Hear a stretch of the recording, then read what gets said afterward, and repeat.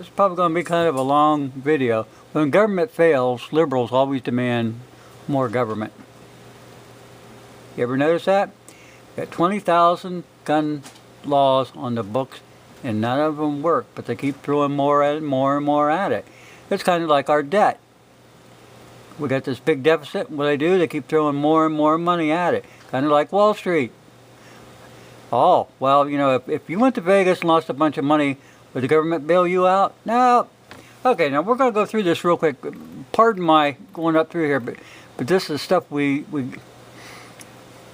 Prohibition taught us anything, it's that banning guns would just cause people to make more of them in their bathtubs. Okay, let's get up here. I want to see this little girl out there at Florida. No, we don't want that. Right here. Crystal Lantham, freshman. Florida high school active shooter drill before the actual killing.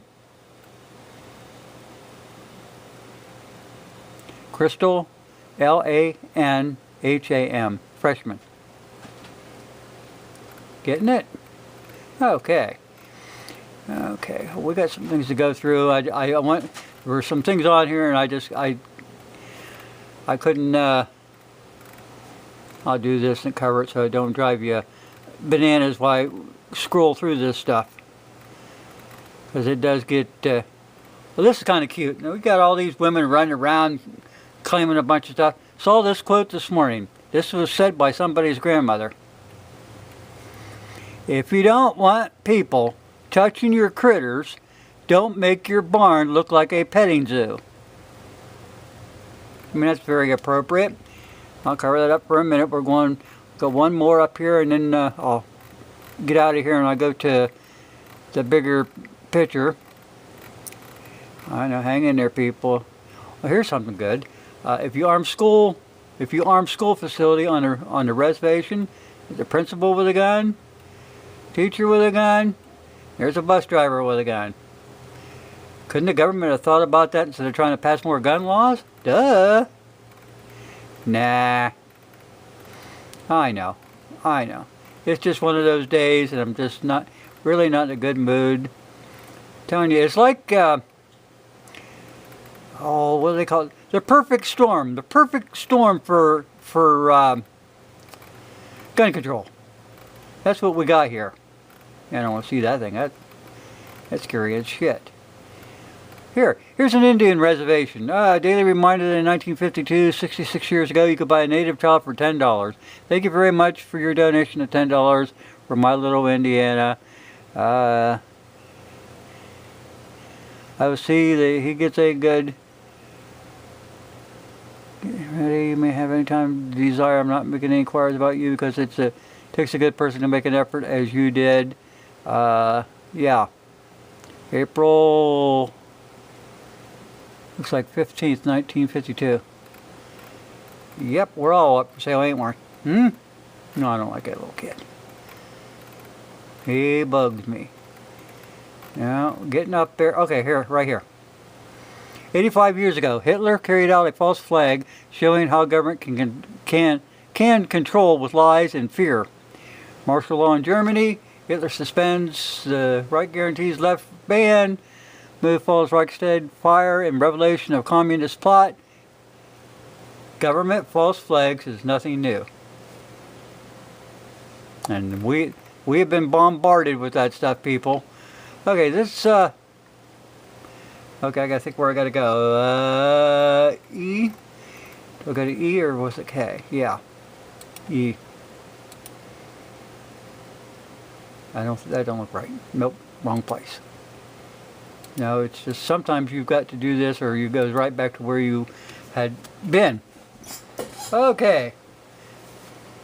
The gun confiscation begins. Now this really concerns Ohio. That's one of the reasons I pulled this thing up. It's just part of it. I got maybe zoom in just a hair. I better back up just a hair. The next chapter of the Parkland, Florida school shooting saga has begun. Anti-gun interest groups and politicians have used the Parkland shooting to launch what until recently is regarded a distant dream, a wave of state legislation authorizing the confiscation of firearms. Quietly but quickly, a raft of identical gun confiscation bills has been filled by liberal politicians across this country.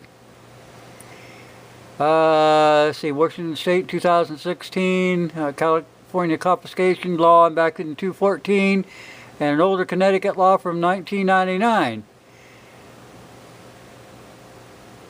Okay, I'm going to put this in the thing. In total, more than a dozen states are now considering similar confiscation bills. Even red states like Kansas, where SB 431 has been submitted, are considering them. On Thursday, Ohio Governor John Kasich jumped on the bandwagon and called for a similar law in his state. Now this is what they call red something. Let me think. Yeah, maybe it's going to be that. Okay. Sometimes dubbed red flag laws. They provide for extreme risk protective orders that direct police to confiscate all firearms and ammunition from any person who is targeted by such an order. And it seems like it's okay until you get down and you start reading. The seizure of guns without any hearing at all. The gun contains an ex parte provision that allows the state to temporarily seize a person's guns without even notifying the gun owner or giving him a chance to be heard.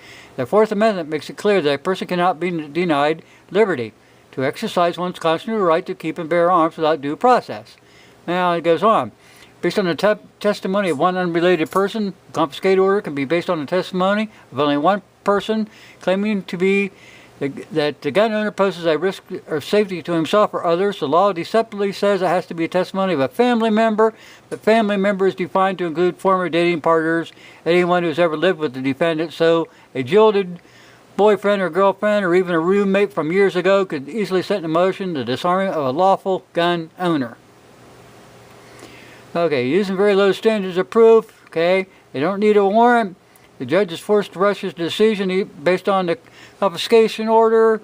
Okay, then shifting the burden of proof to the gun owner. Long-term confiscation order lasts up to a year. Maybe keep going indefinitely.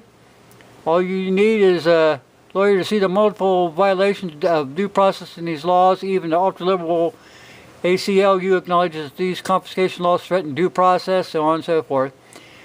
Such concerns won't stand in the way of the anti-gun legislator demanding that we do something. And never mind that the Connecticut confiscation law did nothing to stop the Sandy Hook shooter. So, to be a constitutional republic, keep hands out of the hands of homicidal maniacs consistent with the Second Amendment due process, but these laws go far beyond what is necessary and shred the Constitution in the process. Indeed, if a government wanted to disarm its citizens, then these extreme risk confiscation laws would be the perfect first step.